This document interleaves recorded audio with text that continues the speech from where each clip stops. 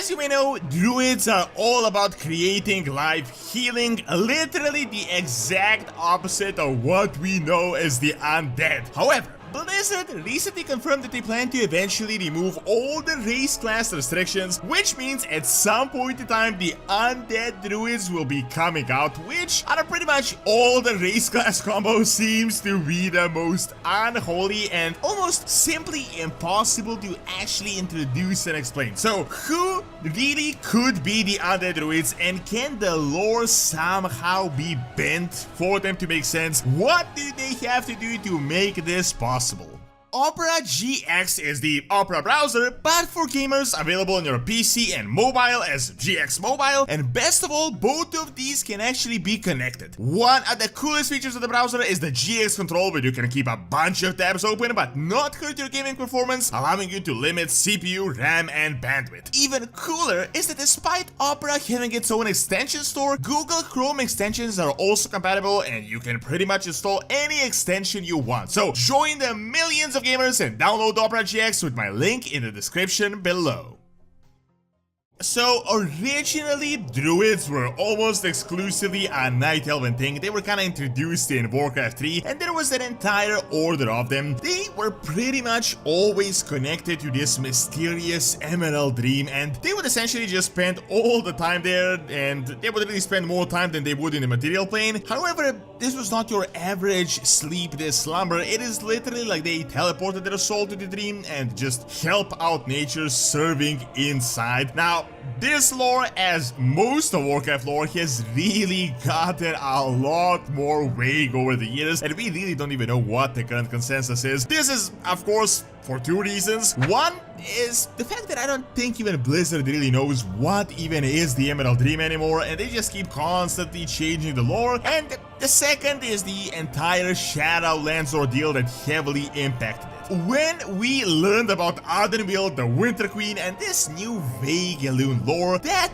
really changed everything from the core. As you know, maybe the Emerald Dream isn't even all that important. It is now all about Ardenweald. The dream just now kinda seems like something going in between. So longer the days when you had to play with Tyrande and awaken the slumbering druids, and now we will soon be reaching a point where we will be having Forsaken druids, which is really just going to be a crazy and just unholy combination. So the druids themselves are one of the most limited classes in the game, and this is mainly due to them being available to those races whose cultures are based on druidism in a way. Generally, druidic cultures are quite different than those that are not druidic. For example, the difference between the goblins and the Tauren. So right now you only really have the Night Elves, Tauren, Trolls, Worgen, and most recently the Cold Tyrants, and many of those are actually quite different. As I mentioned in multiple videos, the classes in the game are completely different from those in the lore, so a Night Elven Druid is not the same as a Worgen, Troll, or a Cold Tyrant one. However, where the problem comes with undead druids being available is what druids actually do and what is their role. Here's the thing, realistically, since we now have a bunch of playable and allied races, there are barely any barriers to make any race become pretty much any class, because all of it is just so intertwined at this point. The factions are together as well, and now they just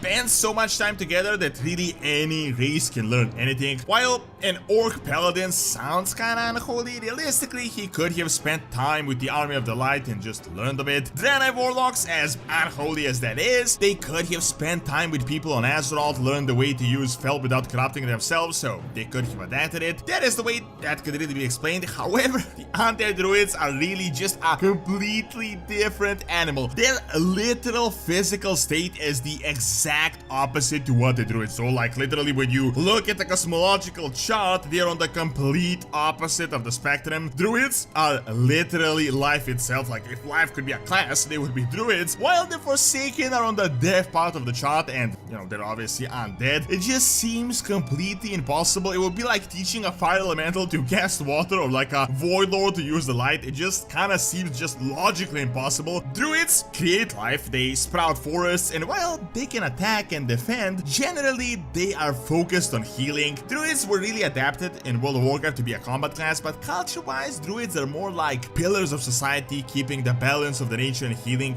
not really fighting. The undead, on the other hand, are, well, dead, first of all, and second, a complete opposite energy to the druids. How could an undead sprout life when he himself is not even alive? I mean, undead have blight everywhere. Imagine just like undead sprouting forests and caring about animals and, you know, not like eating them and just turning their body parts into abominations. It just kinda seems like such an outlandish concept with a currently established lore. When you look at the old lore, the Forsaken literally joined the Horde under the guise that they wanted to find a cure for themselves, meaning through druidism, so that they could return to their normal selves, and now they will be becoming druids. It is like the lore has gone full circle. Well, without complaining, let us look at what mental gymnastics Blizzard is going to have to go through, because this is just one combination where they're going to have to become Olympic champions for this to make sense. The first part of the puzzle is the most recent 9.2.5 lore with Kalia Manatil, and not really the restoration of Lordaeron and all that stuff, but the other part where she visited Moldraxxus and learned about how she was created and what is the source of necromancy. This lore, unbeknownst to many, actually changed everything we once knew about Undeath, and it has kind of gone under the radar. Undeath is apparently not a curse as we used to believe, but it is literally just a state, and it can be induced with any other cosmological force. For example, almost all the Forsaken were created by death magic through the Jailer's influence, but some were created differently. I mean, some undead. We've had Metal Fellstorm, there was an Arcane undead, and he has nothing to do with